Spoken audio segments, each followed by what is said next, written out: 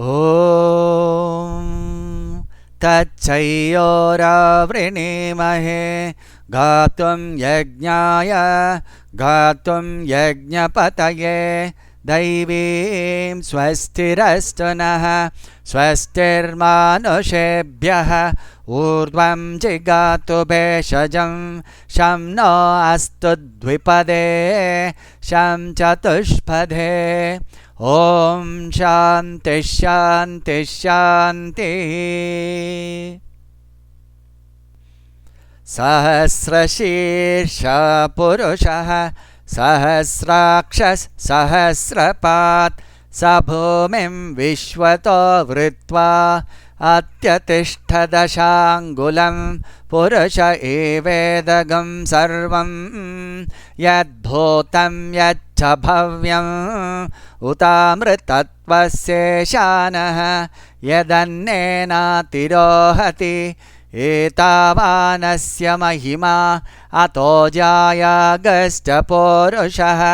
पादोऽस्य विश्वा भूतानि त्रिपाद्यस्यामृतं दिवि त्रिपाद्धूर्ध्व उद्धैत्पुरुषः पादोऽसेहात्मवात् पुनः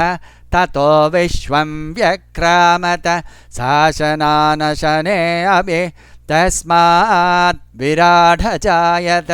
विराजो अधिपौरुषः स जातो अत्यरिच्यत पश्चाद्भूमिमतो पुरः यत्पुरुषेण हविषा देवा यज्ञमतन्वत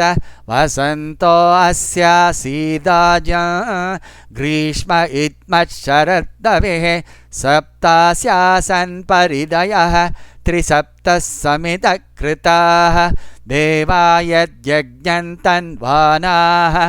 अभग्नन् पुरुषं पशुं तं यज्ञं बर्हिषि प्राक्षन् पुरुषं जातमग्रतः तेन देवा अयजन्त साध्या ऋषयश्च ये तस्माद् यज्ञात् सर्वहुतः संभृतं पृषदाज्यं पशोगश्चागश्चक्रे वायव्यान्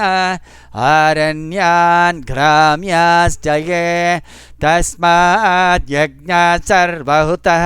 ऋचः सामानि जङ्गिरे छन्दागुंसि जङ्गिरे तस्मात् यजुस्तस्मादजायत तस्मादश्वा जायन्त ये खेचो भयादतः गावो जङ्गिरे तस्मात् तस्माज्जाता अजावयः यत्पुरुषं व्यददुः कथिधा व्यकल्पयन् मुखं किमस्य कौ बाहुः गावोरोपादावुच्यते ब्राह्मणस्य मुखमासीत् बाहुराजनयकृतः ओरो तदस्य यद्वैश्यः पद्म्यागं शूद्रो अजायत चन्द्रमा मनसो जातः चक्षो सूर्यो अजायत मुखादिन्द्रश्चाग्निश्च प्राणात् वायुरजायत नाभ्यासीदन्तरिक्षं शीर्षोऽद्यौ समवर्तत पद्म्यां भूमिर्दिशश्रोत्रात् तथा लोकागम् अकल्पयन् वेदाहमेतं पुरुषं महान्तम् आदित्यवर्णं तमसस्तु पारे सर्वाणि रूपाणि विचित्य धीरः नामानि कृत्वाभिवदन्यदास्ते धाता पुरस्ताद्यमुदा जहार शक्रप्रविद्वान् प्रदिशश्च तस्रः तमेवं विद्वानमृत इह भवति नान्यपन्था अयनाय विद्यते यज्ञेन यज्ञमयजन्त देवाः